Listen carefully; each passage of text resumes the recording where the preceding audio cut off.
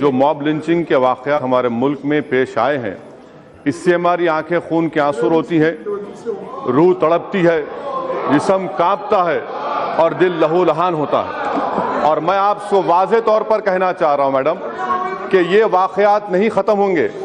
इसलिए नहीं ख़त्म होंगे क्योंकि ये सरकार रिलीजन को आइडियोलॉजी के तौर पर प्रमोट कर रही है, जो हमारे कॉन्स्टिट्यूशन के खिलाफ है। जिस दिन ये सरकार रिलीजन को या फेथ को मानेगी, आइडियोलॉजी तौर पर नहीं, ये वाक़यात ख़त्म होंगे। दूसरी बात ये कह रहा हूं कि क्यों ख़त्म नहीं होंगे, जब तक बीजेपी कल्चरल नेशनलिज्म को मानेगी, इस मुल्क में मॉब लिंचिंग होते रहेगी, दलित और मुसलमान मारे जाते रहेंगे। जिस दिन बीजेपी कॉन्स्टिट्यूशनल नेशनलिज्म को अपनाएगी, मॉब लिंचिंग खत्म हो जाएगी। तीसरी बात मैडम, ये सरकार अपने कॉन्स्टिट्यूशनल ड्यूटी में सरासर नाकाम साबित हुई है। ये किसी की भी जान बचाने में नाकाम साबित हुई है। इन्हीं के कर्नाटक में लोग मारे गए, केरल में मारे जा रहे हैं, और फिर पूरे मुल्क में इन्हीं की रियासतों में जहां पर ये इख्तिदार पर है, मुसलमानों और दलितों को टारगेटेड किलिंग हो रही है। चौथी बात यह है मैडम, जो मैं आपके सामने रखना चाह रहा हूं, अभी अलीगढ़ रेलवे स्टेशन पर एक नजमुल हसन नामी शख्स इंजीनियर है, रेलवे पुलिस ने क्यों पकड़ा उसको?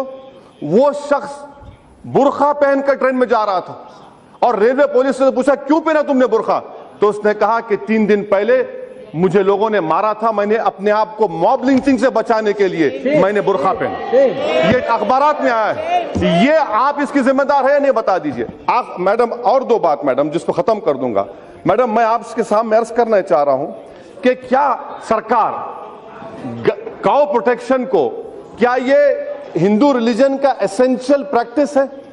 जिस तरह सिखों में 5 ककर है, मुसलमानों में रोजा, रमजान, दाढ़ी है। अगर ये डिसाइड करें cow protection is an essential part of Hinduism, आप नहीं कर सकते तो सुप्रीम कोर्ट को दीजिए, तय करिए। आप एडवाइस चाहते हैं, मैं सजेशन दे रहा हूं मैडम। और एक आखिरी बात मैं कहना चाह रहा हूं मैडम, हमारे प्रधानमंत्री, हमारे वजीर आजम इजराइल को गए, मुझे बड़ी खुशी हुई कि वजीर आजम ने एक यतीम बच्चे को अपने करीब बुलाया, उस पर रहम किया, उस पर दस्ते शफकत रखा। मैं आपके जरिए से वजीर आजम से पूछना चाहता हूं कि जिस तरह वजीर आजम ने एक मोशे नामी बच्चे को, जिसके वालिदैन को पाकिस्तान के दहशतगर्दों ने जान से मार दिया था, क्या हमारे वजीर आजम अपने घर में इखलाक के बेटे को बुलाएंगे, जुनैद के भाई को बुलाएंगे, अयूब खान के खानदान वालों को बुलाएंगे, कर्नाटक में आपके लोगों को मारने वालों को बुलाएंगे, बुलाकर उनको गले से लगाए वजीर आजम? अगर मोशे को गले से लगा सकते हैं तो यहां पर जिन लोगों ने उनको मारा वो भी टेररिस्ट से कम नहीं है मैडम। और मैं आखिर में आपसे अर्ज करना चाहूंगा मैडम, आखिर में आपसे अर्ज करना चाहूंगा कि जुनैद के वाकये में FIR में लिखा गया कि उसको क्यों चाकू मारा गया, कि तू गाय का मांस खाने वाला, इस पर चाकू मारा गया। और किसी को 30 दिन में बेल हो जाती?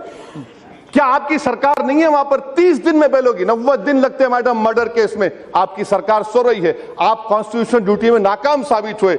मैडम, मैं आखिर में आपसे कहना चाह रहा हूं कि वजीर आजम अगर वाकई में सच्चाई को मानते हैं, जबानी खर्च के कायल नहीं है, तो मैं वजीर आजम से कहूंगा कि आपके शैडो आर्मी को रोकिए। और मैं आपके जरिए से मैडम, हिंदुस्तान के हमारी 5000 साल की तारीख अगर है, हमारे हिंदू भाइयों से कहना चाह रहा हूं, बचा लो अपने आप को हिंदुत्व से। हमारी लड़ाई हिंदुइज्म के खिलाफ नहीं है, हिंदुत्व के खिलाफ है। इस मुल्क को इससे बचाना है। यह हुकूमत हिंदुत्व को प्रमोट कर रही है और टारगेटेड किलिंग कर रही है मुसलमानों और दलितों की। ये नाकाम साबित हुए हैं। मोदी सरकार